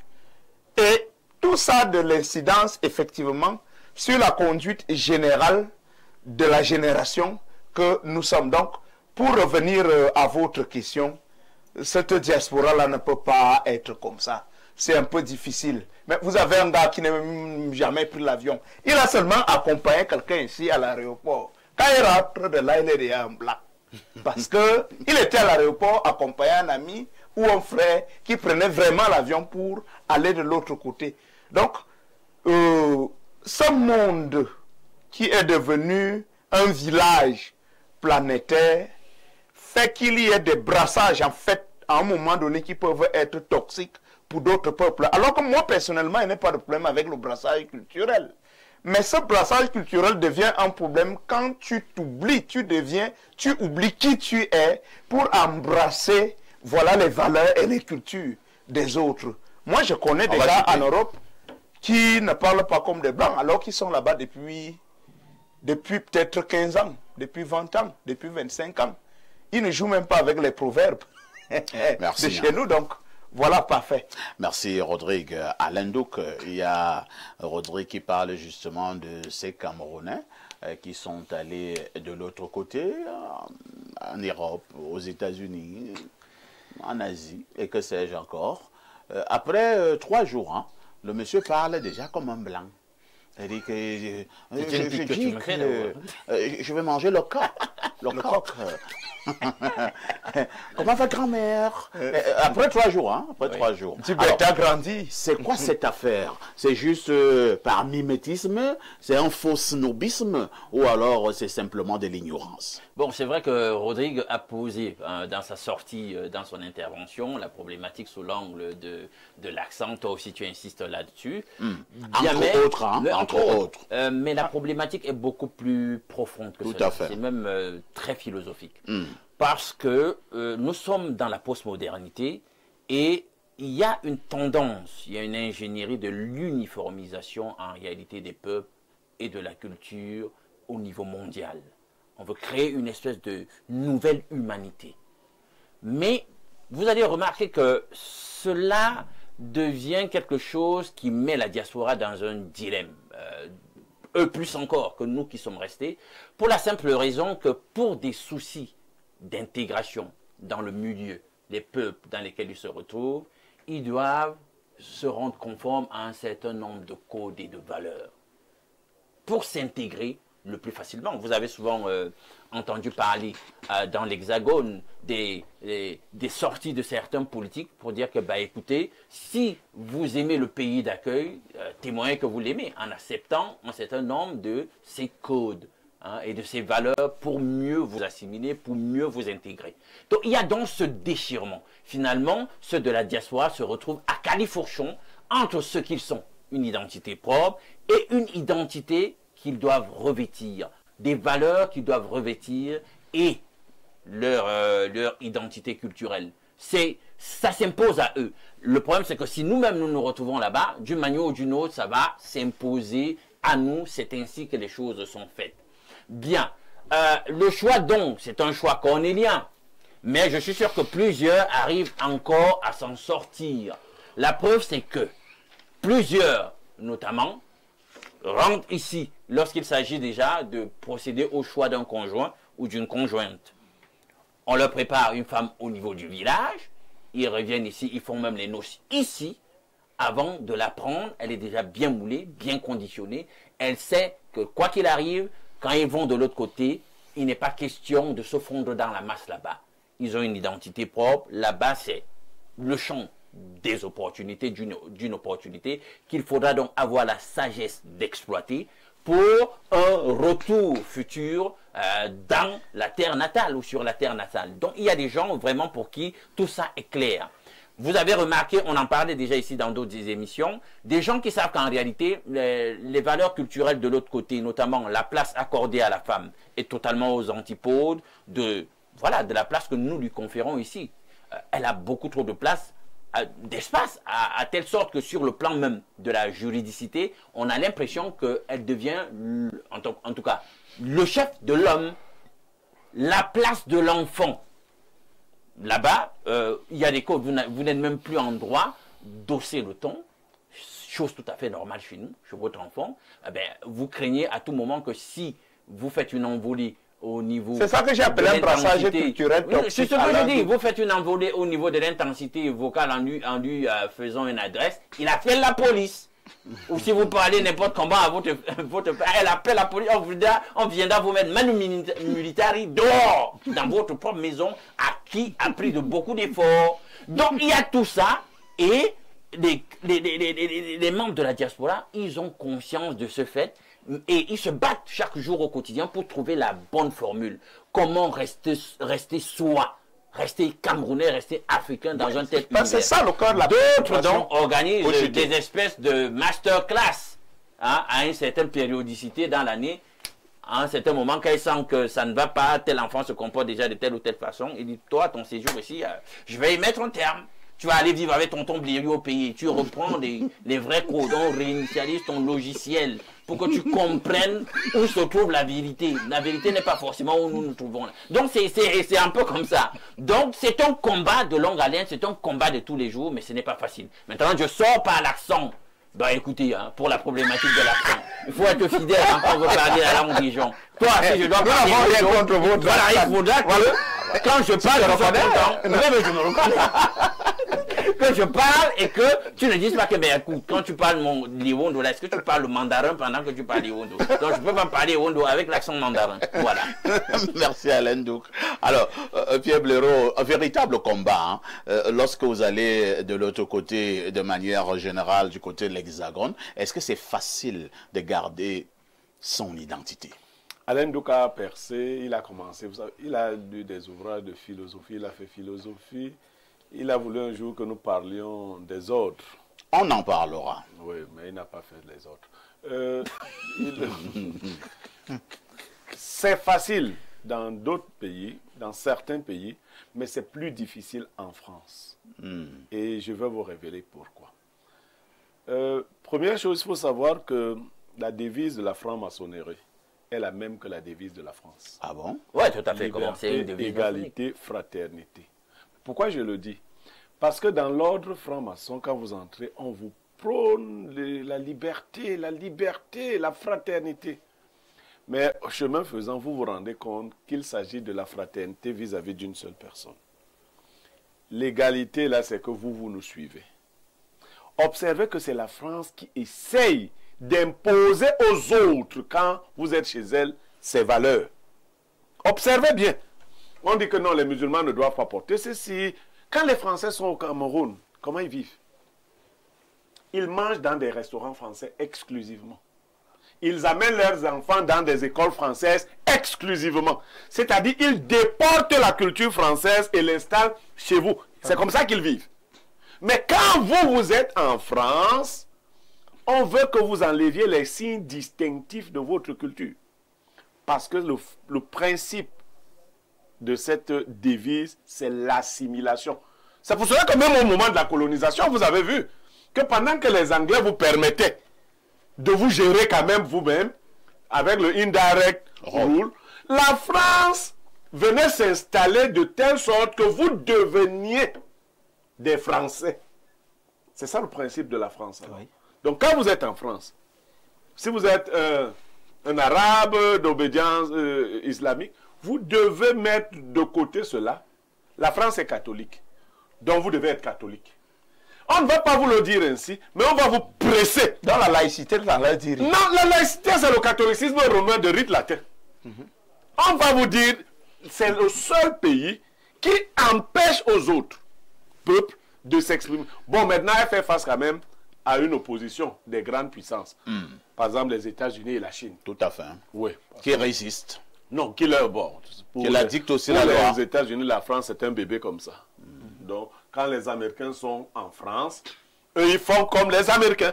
D'ailleurs, vous allez vous rendre compte que les Américains ne parlent pas souvent français. Hein? Ouais. Les autres peuples se battent à parler français. Les Américains ne se battent pas. Quand un Français est invité, un Américain est invité sur un plateau français, qu'est-ce qui se passe?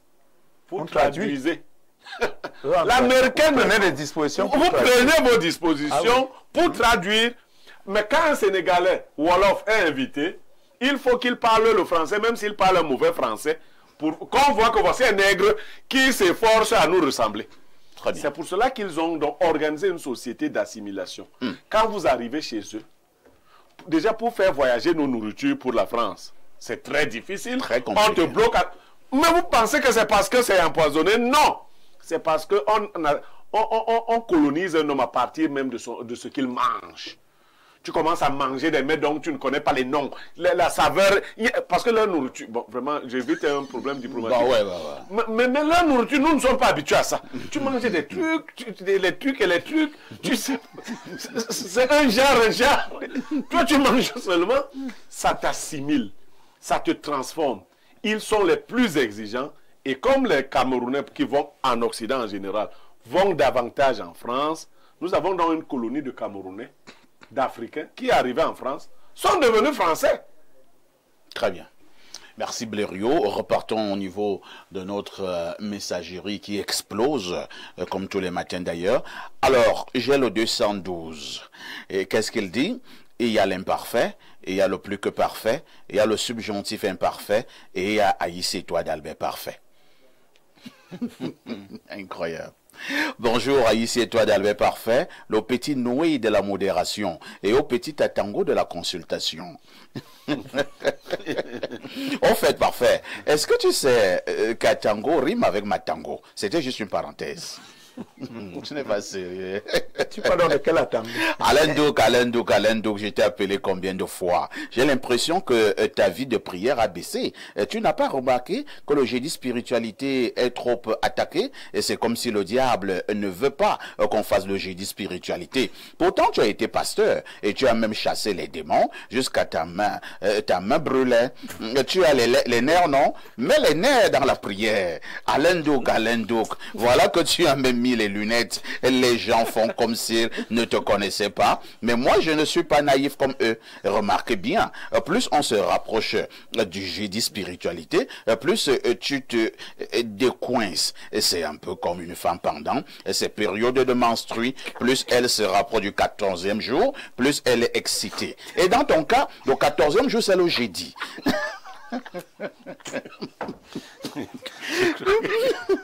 Tonton Yemek, je voulais me rassurer. Je voulais me rassurer que tu ne m'as pas oublié, tonton. Il y a tellement de fémanes que je me demande si c'est vraiment avec toi qu'on cause. Hier, le surveillant général de mon université m'a proposé un stage. Je lui ai demandé un peu de temps pour réfléchir, car au fond, c'est vraiment celui d'Info TV qui m'intéresse. Peut-être que toi aussi, tu veux me tester comme l'autre kleptomane là. Mais malgré le caractère contextuel de mes messages, je suis un bon type, tonton. T'inquiète, merci. Voici la sagesse du jour. Si tu fais l'amour à une fille d'une autre nationalité, fais-le bien, car tu représentes tout le pays. À demain 10h.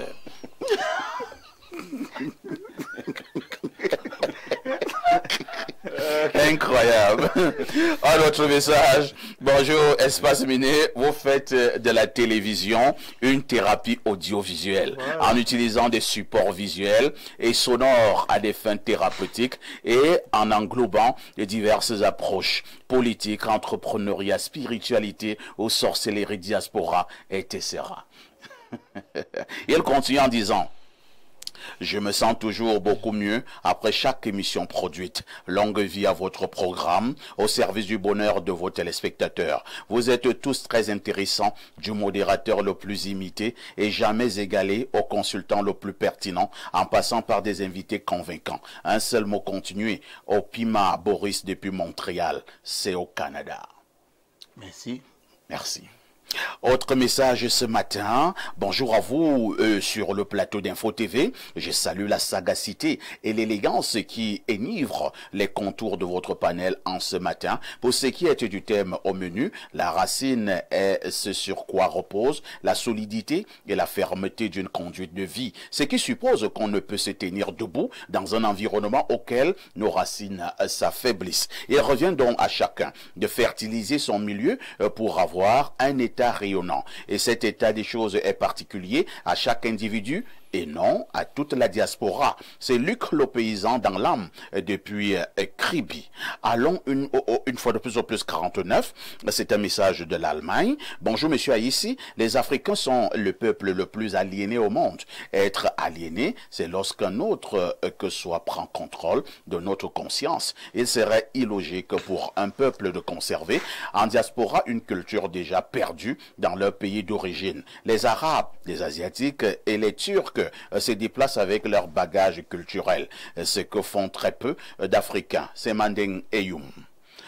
Autre message, rapidement. Bonjour, monsieur Parfait, ici et à ton riche panel, particulièrement à tonton Blériot. Merci pour la bonne humeur de tous les matins. Par rapport à la dénonciation du jour, le grand frère doit accepter de faire le partage au risque de tout perdre. C'est René depuis Ange Raphaël. Je pense que Ange Raphaël, c'est du côté de Douala. Oui, à côté de l'université. À côté de l'université. Bonjour les démineurs, s'il vous plaît, demandez à monsieur Blériot-Niemek de se présenter aux élections présidentielles de 2025. C'est Youssouf depuis Mokolo. Non, pas 2025. Je ne suis pas prêt. Blériot dit donc que c'est 2032. Je ne suis pas prêt. J'attends encore. Il me faut 2 ou 3 ans pour être prêt. Bonjour Info TV. Merci monsieur Parfait ici pour votre émission. Du courage à vous. Merci. Allons au 213, c'est l'Algérie. Que dit le téléspectateur du côté de l'Algérie? Bonjour perfecto, le femme là de la modération. Non, on connaît le femmelage juridique. Hein.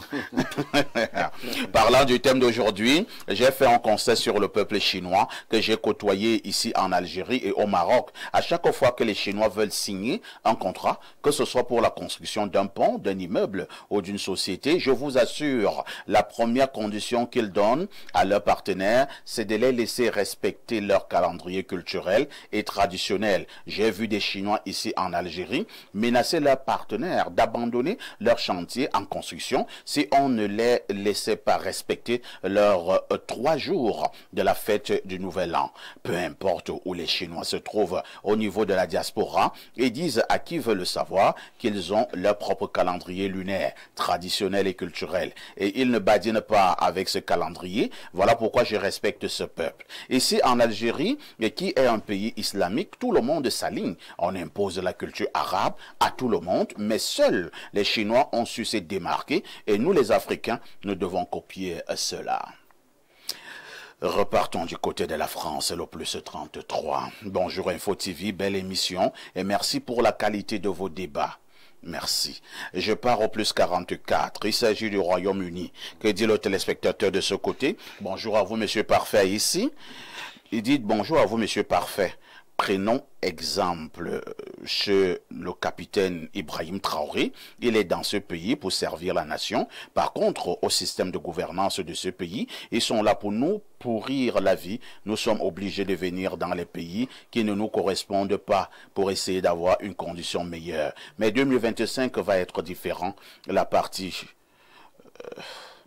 il dit la patrie ou la mort. Ça, c'est la devise du Burkina Faso. Allons au plus 61. En attendant ta patrie ou la mort, je vais en Australie. C'est le plus 61. Bonjour au riche panel de ce jour. Pour la thématique du jour, je pose l'idée de tous les panélistes à arriver quelque part, observer et adaptez-vous d'abord, puis ajuster et améliorer au fil du temps. C'est Berthe depuis Melbourne, en Australie. Un téléspectateur de l'Australie. Il faut le faire. Espace miné. Tout le monde entier est connecté.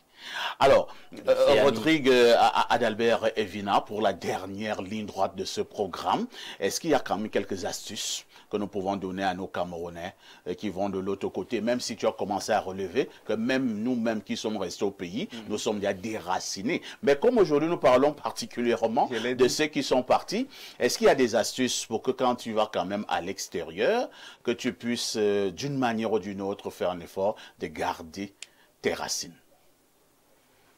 Oui, c'est vrai qu'à l'écoute de l'analyse de Blériot et puis de Alain Douk qui parlait d'une nouvelle humanité et des difficultés d'intégration que rencontrent nos frères et sœurs qui sont de l'autre côté, je pense qu'il est possible, voilà, de se conformer relativement au code de vie de ces sociétés-là et de pouvoir rester soi-même.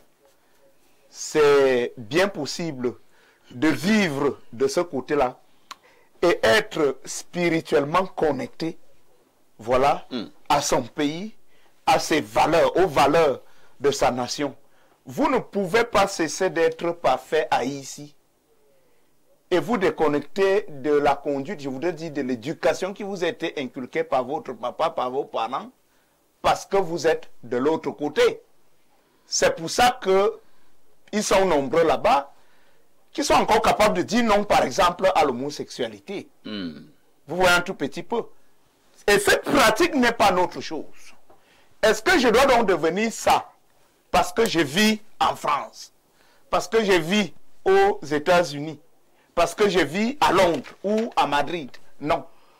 Je pense que ces Camerounais, en fait, qui sont aujourd'hui, comme tous les autres citoyens du monde, en séjour de ce côté-là, de toutes les façons, peuvent rester fidèles à leurs valeurs, fidèles à leurs racines. Mais maintenant, cette dictature, voilà à peine voilée que nous observons dans l'attitude et la conduite globale de ces États est une dictature à neutraliser. Ça passe aussi. Est-ce que nous avons les moyens de la neutraliser? C'est vrai qu'on a vu la contribution d'un téléspectateur de l'Algérie tout à l'heure qui dit que, bon, tous les autres peuples là-bas sont obligés de s'adapter, mais la Chine a dit un non, mais un non mordicus. Est-ce que nous, Africains, je prends particulièrement les Camerounais, si nous allons en France, est-ce que nous avons la possibilité, nous avons les moyens de pouvoir résister au diktat? Parce que c'en est un. Non, c'est peut-être ça la difficulté quand vous parlez de moyens. Cela renvoie également au rapport de force entre ces États. Parce que quand vous parlez par exemple des Chinois, moi je connais des sociétés qui sont des sociétés chinoises au Cameroun, aux yeux de qui le vent mai ne signifie rien du tout. C'est-à-dire que les Camerounais... C'est ce jour-là que... Bien sûr, les Camerounais qui travaillent pour eux sont forcés d'être au boulot le 20 mai. Et puis, s'ils ne sont pas présents au travail... Ils sont sanctionnés. Ils sont sanctionnés. Pourtant, des gars au Cameroun exploitent les richesses du Cameroun et les enfants du Cameroun. Mais le 20 mai ou le 11 février ne signifie rien du tout à leurs yeux. Cela, effectivement, est un peu lié au rapport de force. Il faut qu'on se donne les moyens pour faire Haïti. Nous venons de voir en Afrique des événements surréalistes où on n'a pas imaginé un jeune de moins de 40 ans en train de demander à toute une armée française de quitter son territoire. En fait, je pense que ce sont des mythes qu'on peut briser par le courage également. Ce sont des moyens qui se donnent d'abord à partir de ce que je vais appeler le capital, que je vais désigner ici, la volonté. Il faut déjà qu'on commence à être fiers d'être nous-mêmes. Ça part de là, parce que si vous pensez que l'identité des autres est mieux que la vôtre, vous voyez, Blériot parlait des habitudes alimentaires là tout à l'heure. Vous n'allez pas me demander de quitter l'ozome, l'opem, au nom du hamburger. Vous ne pouvez pas me convaincre que lorsque, paix à son âme, Aïdjo Mamadou chantait, je ne sais pas trop, Katino, les Lady Ponce sont là, un véritable Bikutsi, ou alors le Menzang d'Akim Kondor. Je dois pouvoir aimer cela. Mais allez voir comment un jeune du Cameroun se tord avec les musiques du R&B. Il ne comprend pas ce qu'on dit. Il peut avoir un déhanchement. Hein? Bien entendu, il ne comprend même pas quel est le message qui est véhiculé. Très bien. Mais le gars se tord là. Donc je pense que cette nouvelle humanité dont Alain Dou parlait là tout à l'heure, ça cadre également avec ce qu'on appelle le nouvel ordre mondial. C'est-à-dire qu'il y a des individus qui pensent qu'ils doivent redéfinir le nouvel ordre mondial, nous sommes voilà, des sectes. Voilà, et quand ils veulent redéfinir le monde, c'est selon leur idéologie, c'est selon leur trajectoire à eux. Et dans ce milieu, ce vaste milieu, d'une violence spirituelle et intellectuelle inouïe, il faut bien que l'Africain dise non. C'est compris. Mais avec des techniques qui sont propres aux modestes moyens dont il dispose. Parlant justement de cette Afrique, Alain Douk, nous élargissons le débat, puisque nous, Africains, nous pensons toujours que le meilleur est de l'autre côté de la mer. C'est là-bas que nous pourrons avoir de l'argent, de la bonne nourriture et tout ce qui va avec. Est-ce que les Africains peuvent franchir ce pas ou alors, peine perdue, tant que nous aurons toujours à cœur d'aller, excusez l'expression, commander, on ne pourra rien imposer. Il y a déjà fondamentalement un complexe qui est le nôtre dans le rapport de force avec un certain nombre de nations considérées comme étant des puissances. Comment allons-nous demander à la diaspora des choses que nous n'arrivons même pas pendant que nous sommes encore nous-mêmes au pays? Puisque les Chinois veulent même nous imposer ici au Cameroun. Chez nous. Hein? Regardez un tout petit peu. On a donné créance à une institution appelée l'ONU, qui a une communauté appelée la communauté internationale. On sait qu'elle n'est pas une communauté, c'est le Tiro où il n'y a que 5 gars qui ont le droit de veto. Disposant d'un droit de veto font la pluie et le beau temps. Et celle qui a la primeur avec ses alliés les plus directs essaye civilisationnellement d'imposer la donne à toutes les nations du monde par une espèce d'ingénierie politico-diplomatique. Donc c'est de ça qu'il s'agit. On est validé ici si la dite communauté internationale est d'accord avec le modèle de gouvernance que vous avez. Parfait, est-ce que ce n'est pas vrai? On est toujours dans la dynamique de l'approbation de ces gens. Mais c'est là où toute la corruption commence. Hein? Avant, on est déjà corrompu sur place, avant même qu'on ne sorte du pays. Là-bas, alors, on est totalement enfagoté.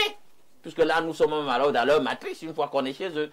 Mais le problème ne commence pas là-bas.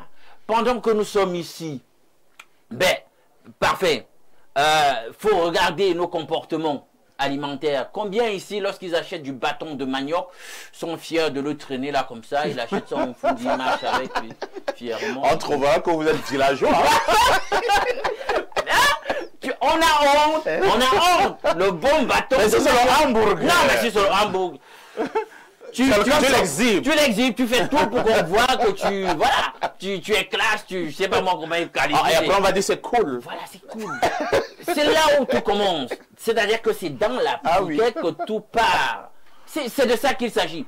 Parfait. Oui. Je suis déjà entré dans combien de maisons ici, chez nos hauts responsables, chez la classe moyenne, et tu trouves chez eux des ustensiles au moment où on t'appelle à table, fabriqués avec les rejets de noix de coco. Ah, c'est très rare. Très esthétiquement fait. C'est très rare.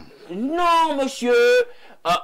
Vraiment, pour te démontrer qu'il est quelqu'un d'important, il faudra qu'il te démontre que la verrerie vient d'un verrier, je sais pas moi où là en France. Au Portugal, bien sûr. Voilà, etc. Là, tu auras la démonstration que le gars est important. Même quand il a fait sa maison, Bléo parlait dernièrement, alors 1 milliard, c'est rien pour une maison. Justement, quand il veut faire étalage de luxe, même pour sa demeure, il devrait te montrer que non, le marbre est venu d'Italie. C'est venu d'Italie, c'est venu de... C'est ici même, on est déjà totalement noyé avant même qu'on ait quitté le pays. Imaginez une fois donc qu'on a traversé. Là, c'est terminé. On est dans leur matrice, ils font de nous ce qu'ils veulent. C'est de ça qu'il s'agit. C'est même nous déjà, ici à la base, qu'on doit questionner dans ce que nous voulons être. Quelle est notre identité. Même sur le plan professionnel, notre propre valeur est sous-estimée. C'est un Camerounais qui dit à un Chinois que vous voulez payer 10 000 à ce monsieur par jour, c'est trop. Mais voilà. 3 000 francs, c'est suffisant pour lui. Hein? On maltraite. Il y a une qui a produit du bon riz, mais que les Camerounais n'ont jamais mangé. À Nanga et beaucoup dans la zone de la Haute-Sanaga. C'est les Chinois qui ont exploité des Camerounais pour qu'on produise un riz excellent, premium, pour que les Camerounais n'en mangent pas et pour qu'on passe le temps à tout exporter pour ailleurs. Vous trouvez ça normal? Bien, le riz même à la base, est-ce que c'est un de nos aliments? Pendant qu'on doit promouvoir les farines panifiables à partir de nos féculents fondamentaux qu'on connaît, ben on laisse ça, on laisse le bonbon, le manioc, on laisse la patate, on laisse le plantain. Ben on veut absolument le blé, on veut l'orge. On laisse le macabo. Voilà. C'est tout le macabo rouge, hein? Donc le tremper dans l'huile de palme. Tout le monde est légèrement... veut se la raconter. C'est à propos que moi je dégène. C'est, je sais pas moi, à la fête. Non, au Moulin de France. C'est ici que la corruption commence. On la répercute tout simplement de l'autre côté. Merci Alain Doc. Repartons au niveau de notre messagerie où je suis bousculé. Alors, au plus 49, c'est encore l'Allemagne. Ah, perfecto. Ce nom résonne comme un bon plat bien mijoté. Toujours à point, jamais fade. Et ces panélistes, une brochette bien relevée d'esprit vif, de bouche piquante et d'âme enracinée. Franchement, Espace Miné, c'est un peu le ndolé intellectuel de notre diaspora, amer parfois, mais tellement nourrissant. Aïe, aïe, aïe, aïe, la métaphore de ça. Et l'ondolé, ce n'est pas n'importe quoi, l'ondolé. C'est un Camerounais de l'Allemagne. Il continue en disant, alors, la diaspora a-t-elle gardé ses racines? Eh bien, c'est une question qui chatouille là où ça gratte.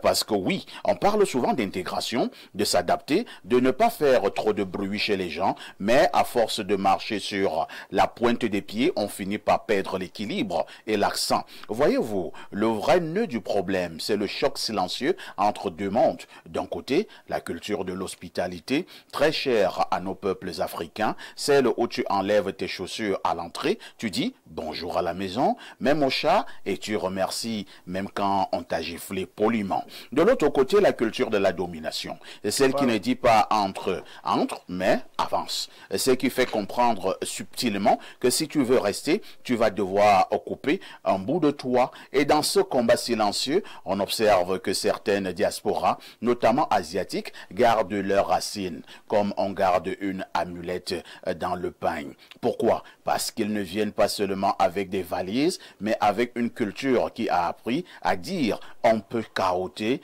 on peut cohabiter, mais ne marche pas sur le kimono. Ils opposent à la domination une autre domination, subtile, stratégique, assumée. Nous, parfois, on confond hospitalité et effacement. On finit par avoir des enfants qui parlent 3 langues, sauf la nôtre, et qui mangent bio, mais ne connaissent pas le goût du folon, et qui pensent que Sankara, c'est peut-être une station de métro. Il continue en disant, mais attention, tout n'est pas perdu. Il y a un réveil, un retour au nom, au rite, à la langue, même via TikTok. Oui, la sagesse passe aussi par les réels. Maintenant, on se rend compte qu'être de la diaspora, ce n'est pas choisir entre là-bas et ici, c'est tenir les deux comme un bon plat de couscous, un pied dans la sauce, un pied dans la sémoule, et la bouche pleine de mémoire. Et comme dit un proverbe africain, l'arbre peut être loin de la forêt, mais il n'oublie jamais la direction du soleil. Autrement dit, peu importe où on pousse, l'essentiel est de ne pas oublier d'où vient notre lumière. À bon entendeur, diaspora, c'est Kamher depuis l'Allemagne. Ah ben, un littérateur. Hein. C'est bien écrit, hein, et c'est bien dit. Ils sont de plus en plus nombreux qui sont calés. Hein. Repartons du côté du plus 49, c'est encore l'Allemagne. Ils sont bien nombreux en Allemagne qui nous suivent. Bonjour, monsieur Parfait, ici, l'Emmanuel Macron de la modération. D'accord, passons. Il faut savoir que les Africains sont en train de se libérer de beaucoup de centenaires d'esclavage, d'inhumanisme. Nous sommes jeunes et aurons le temps avec la connaissance de nous relever. Notre vraie histoire devra être vraiment comptée. C'est Thierry du côté de l'Allemagne. Pierre Blériot-Niemek, nous allons progressivement, là nous allons mettre la clé sous le paillasson. De manière générale, est-ce qu'il y a un espoir que nous, Africains, qui sommes allés de l'autre côté, quoi qu'on fasse, que nous restions Africains, ou alors ça devient une véritable réflexion? Parfait, ici, avant que nous n'allions chez les autres, ils sont venus chez nous. Ouais. Et quand ils sont venus chez nous, ils nous ont transformés en eux. On ne goûte pas avec la langue d'un autre. Ce n'est pas seulement pour manger, mais c'est aussi pour parler. Depuis le moment où nous parlons avec autant d'aisance les langues des autres, nous sommes enfuis dans leur culture. Nous ne sommes plus nombreux. La langue est ce grand vecteur hein, lorsqu'on parle de culture. Ouais. Vous voyez comment nous admirons encore ceux d'entre nous qui savent parler leur langue. Tout à fait. La parler vraiment bien. C'est en train de se perdre. Il faut que nous commencions par ressusciter ce côté de nous-mêmes. Pas en faisant du saupoudrage dans les écoles, on dit langue maternelle. Non, non, non. Il faut qu'on soit plus sérieux. Ce qui arrive au Camerounais n'arrive pas au Sénégalais, hein, vous savez. Pas du tout. Avec le Wolof. Oui, ainsi de suite. Donc nous avons... Ça n'arrive même pas aux Centrafricains, avec le Sango. Alors, nous avons tout abandonné. Nous n'avons même pas une langue véhiculaire, c'est-à-dire une langue que les Camerounais peuvent parler entre eux quand ils sont ailleurs. Jamais. Quand les Camerounais veulent se parler étant ailleurs, ils sont obligés d'utiliser le français. Le franc-anglais. Et tout le monde ne parle pas le français. Et donc, on ne peut rien cacher. Les Chinois vont toujours nous cacher ce qu'ils ont à faire. Les Chinois, ils bricolent. Quand le Chinois veut apprendre ta langue, il apprend les mots essentiels qui correspondent au jargon du métier qu'il fait. Et tu vas voir... boutique Vogada avec pièces dedans. Il s'en fout du reste. Tu as compris qu'il veut les pièces. Donc, ce qu'ils parlent bien, c'est le mandarin. Quand ils ont des choses à se dire, même pendant qu'ils sont au chantier, ils les disent en mandarin. De sorte que vous pouvez faire 10 chantiers avec les Chinois, vous ne comprendrez jamais comment ils ont fini par faire. C'est à ce niveau-là qui se transmet dans les secrets. Et toi, tu ne peux pas comprendre. Non, voilà notre problème. Donc, nous avons un problème interne à résoudre. Laissons nos petits replis identitaires. Quelle est la langue qu'on va choisir? Non. Et pourquoi on va trop choisir la langue de tel au détriment de tel autre? Vraiment, il y a déjà des parlers qui sont assez intéressants au Cameroun. Depuis le Fufulde, passant par la langue Douala, les Wundo, choisissons une langue. On se met à la propre à nous. Quand l'enfant de l'Ouest parle, c'est du centre vous rencontrerez celui de l'Est parle. Moi, j'ai choisi le Baganté. Oui, ben, ce qu'il faut savoir, c'est que le Baganté est d'origine Sawa. Hein. Ça aussi, il faut... Vous voulez tout récupérer, c'est votre problème. C'est Kembedi qui est l'ancêtre éponyme des Baganté, c'est des Sawa. Donc tu as toujours choisi le doigt là. On termine par ces quelques messages. Hein. Bonjour à vous sur le plateau. Alain est très pertinent. Il monte en puissance chaque jour. Félicitations. C'est Joseph Pacom depuis Unsam qui vous envoie ce message. Autre préoccupation. Bonjour, Monsieur Parfait ici et à tous vos panélistes. Je pense que c'est un problème de politique nationale. Le gouvernement, à travers son ministère de l'Éducation et de la Culture, doit réorganiser les mœurs et traditions dans ce pays. C'est César depuis Biyamassi, Tam Tam, qui envoie ce message. J'ai une mauvaise nouvelle à vous annoncer. Hein. L'émission est actuellement terminée. Voilà. Bon, les bonnes choses ne durent jamais. Hein. Merci à Alain Doc, merci à Pierre Blériot, merci à Rodrigue d'Albert Evina. Très chers téléspectateurs, allons bien de l'autre côté du Cameroun, mais n'oubliez jamais une chose, nos valeurs ancestrales sont sacrées. La rediffusion de ce programme, c'est tous les soirs à partir de 22h30 avec...